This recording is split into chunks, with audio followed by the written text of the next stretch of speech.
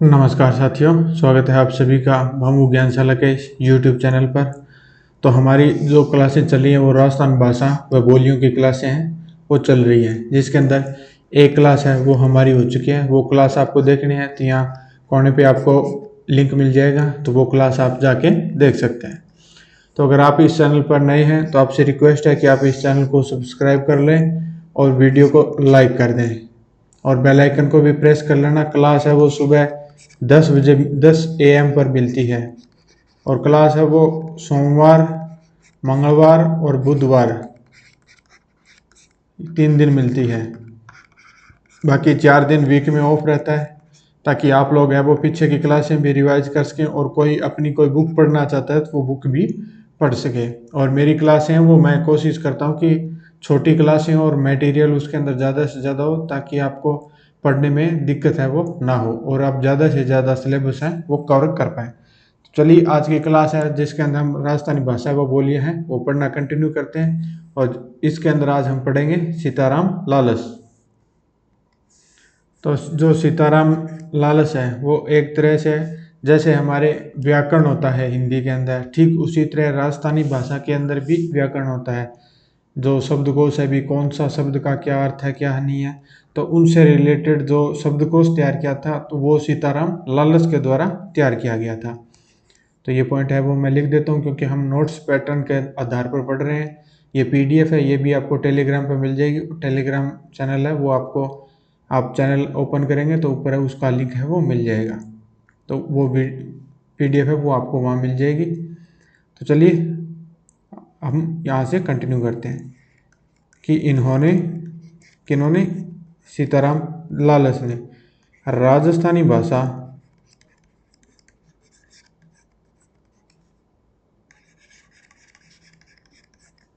का वृहद शब्दकोश तैयार किया था। शब्दकोश यानी डिक्शनरी।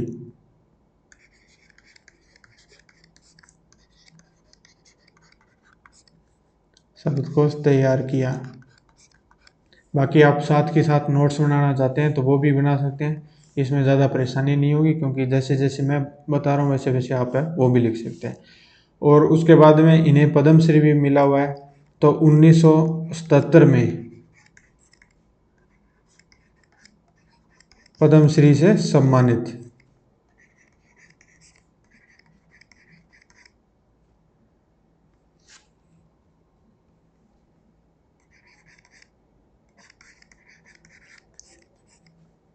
सम्मानित किया गया किनको? सीताराम लालस को।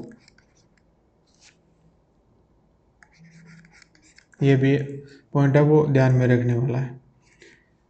इसके बाद में इन्हें इनसाइक्लोपीडिया,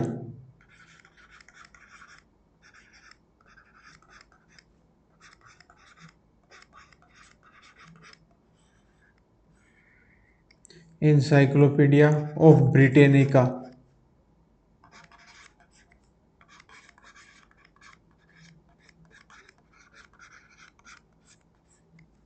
सूची में राजस्थानी भाषा है उसे भाषा की जुबान है वो कहा गया है।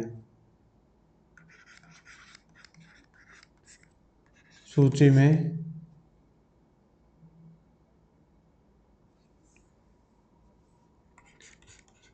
राजस्थानी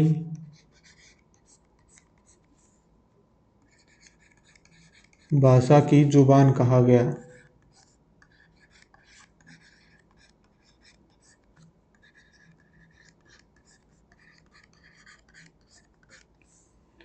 इन्हें राजस्थानी भाषा की मसाल तथा राजस्थानी व्याकरण का जनक है वो माना जाता है।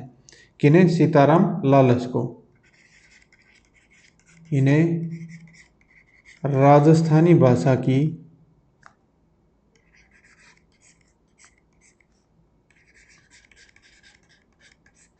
मसाल, वो आपने देखा होगा कि अभी ओलंपिक चल रहे हैं तो जिसके अंदर जो मसाल चलाई जाती है, जिसके आधार पर ही वो ओलंपिक है वो स्टार्ट होते हैं, तो उसी मसाल की इनको संज्ञा दी गई है। और राजस्थानी जो व्याकरण है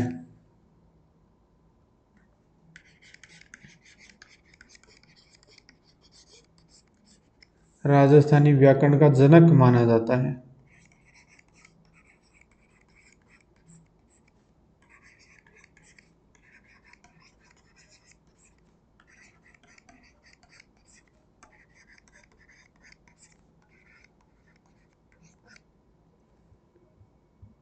उसके बाद में आता है जॉर्ज इब्राहिम गियर्सन। मैं पेन चेंज कर देता हूँ जिससे कि ये हेडिंग है ये आपको अलग से दिखाई दे जाए कि जॉर्ज अब्राहम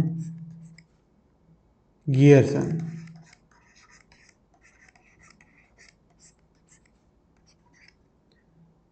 सर्वप्रथम जो राजस्थानी शब्द का जो प्रयोग है वो जॉर्ज इब्राहिम गियर्सन के द्वारा ही किया गया था। यानी सर्वप्रथम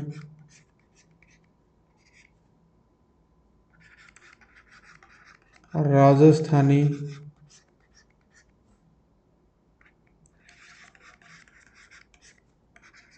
शब्द का प्रयोग गियर्सन के द्वारा किया गया। तो गियर्सन ने किया।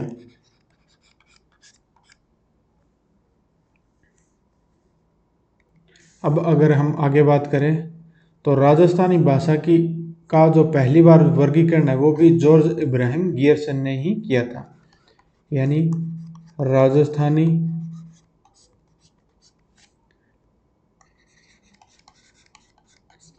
भाषा का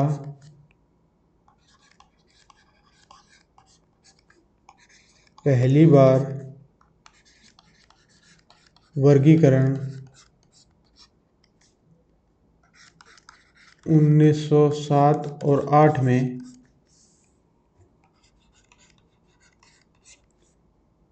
जॉर्ज अब्राहम गियर्सन ने किया।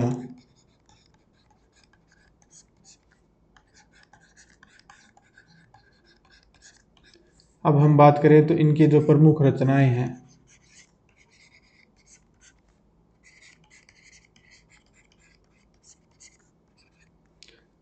उनकी बात करें तो एक नंबर है वो है linguistic survey of India. Linguistic survey of India.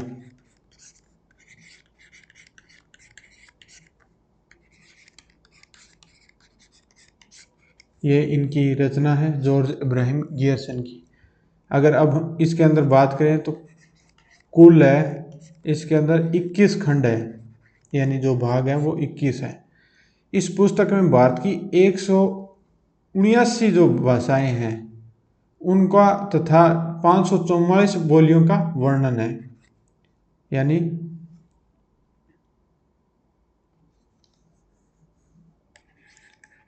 इस पुस्तक में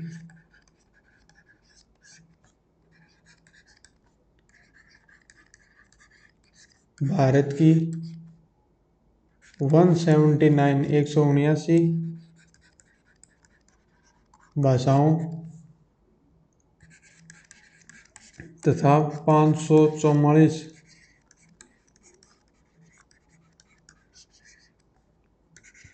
बोलियों का वर्णन मिलता है।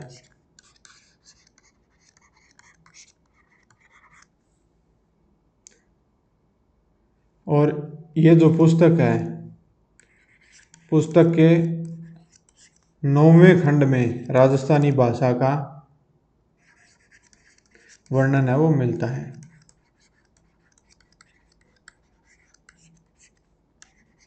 राजस्थानी भाषा का वर्गीकरण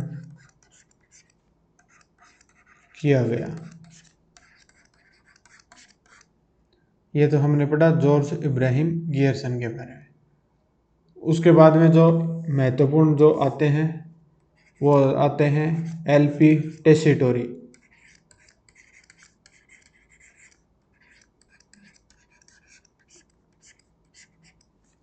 एलपी टेसीटोरी है तो इनका ये एल सी है लुइस, पी सी है पियो। लुइस पियो टेसिटोरी, ये इनका पूरा नाम है।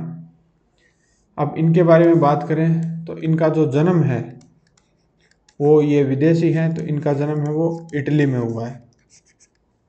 और ये रहे कहाँ थे, तो ये बीकानेर के जो महाराजा रहे थे गंगा सिंह, उनके दरबार में ये रहे थे। बीकानेर महाराजा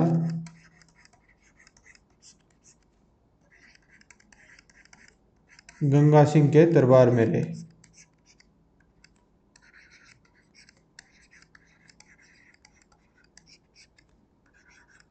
दरबार में रहे।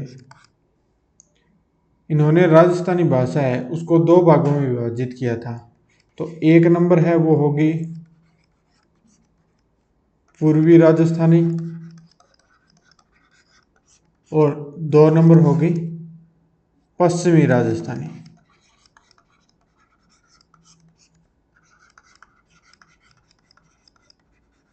इन्होंने जो राजस्थानी भाषा है उसको दो भागों में डिवाइड है वो कर दिया।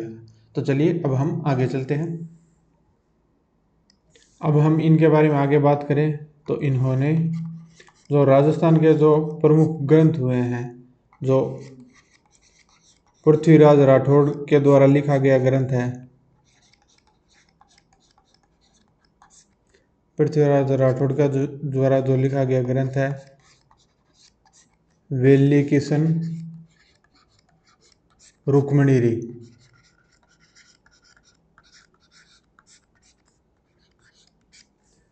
उसके बाद में बिट्ठू सुजा है।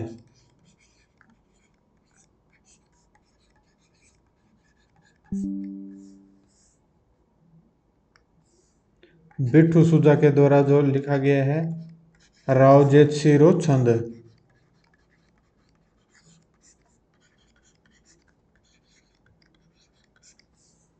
और उसके बाद में जो संत चरणदास जी हैं,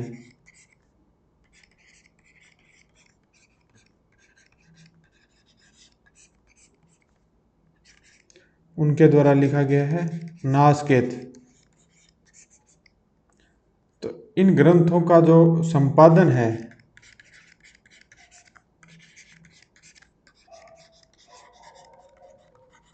वो एलपी टेसिटोरी ने किया था।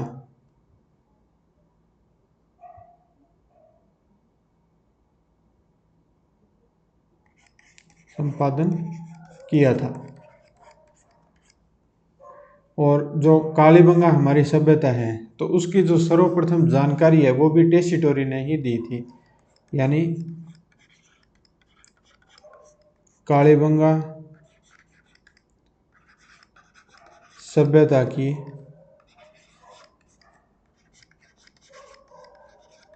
सर्वप्रथम जानकारी टेसिटोरी ने दी।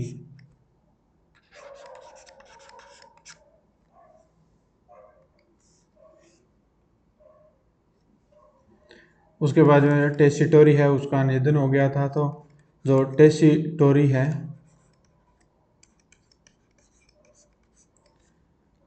की छतरी का निर्माण है वो महाराजा गंगा सिंह ने करवाया था। टेसिटोरी की छतरी का निर्माण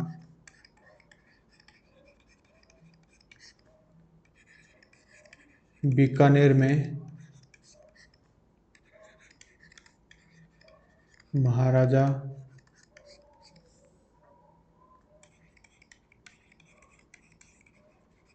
गंगा सिंह ने करवाया था।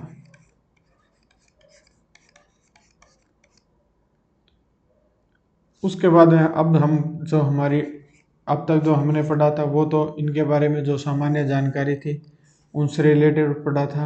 अब हमारी जो राजस्थान की जो बोलियां हैं उनके बारे में अब हम पढ़ना है वो कंटिन्यू करते हैं।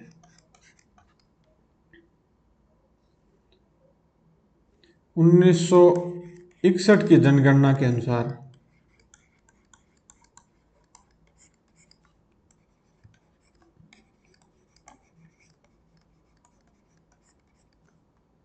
राजस्थानी भाषा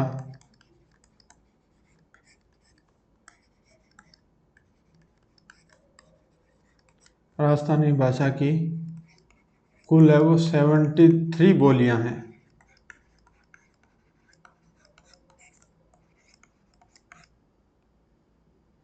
इसके जो हमारा राजस्थान है उसके बारे में एक कहावत प्रचलित है, वो मैं यहाँ लिख देता हूँ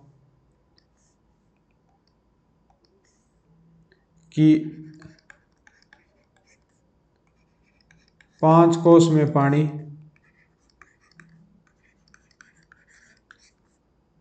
'पानी' बदले 7 कोस में वाणी।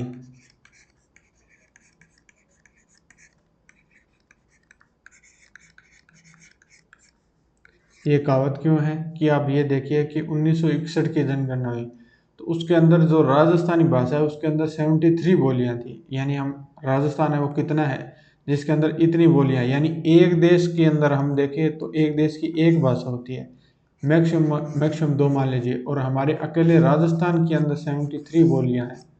तो आप अनुमान लगा सकते हैं कि राजस्थान की जो सिस्टम है वो किस लेवल का रहा है।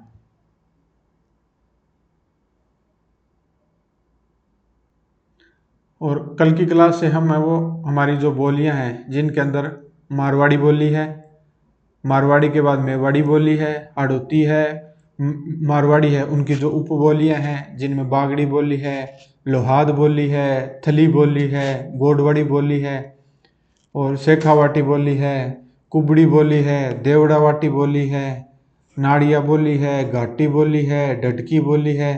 ये कौन कौन से क्षेत्र में बोली जाती है इनके बारे में हम अलग क्लास के अंदर पढ़ेंगे, क्योंकि आज जो हमने पढ़ा है ये हमने बेसिक जानकारी पढ़ ली है, ताकि कल की जो क्लास हो वो अलग टॉपिक के आधार पर हमारी क्लास हो। अभी मैं इस क्लास के अंदर पढ़ाऊँगा तो पढ़ाने को पढ़ा सकता हूँ, लेकिन फिर ये क्लास ही बहुत ज़्यादा लंबी हो जाएगी। लेकिन मैं सोच रहा हूँ कि क्लास ही छोटी हो ताकि आप ज़्यादा से ज़्यादा है वो रिवाइज कर पाएँ। तो मिलते हैं नेक्स्ट क्लास में, तब तक के लिए जय हिंद जय भारत।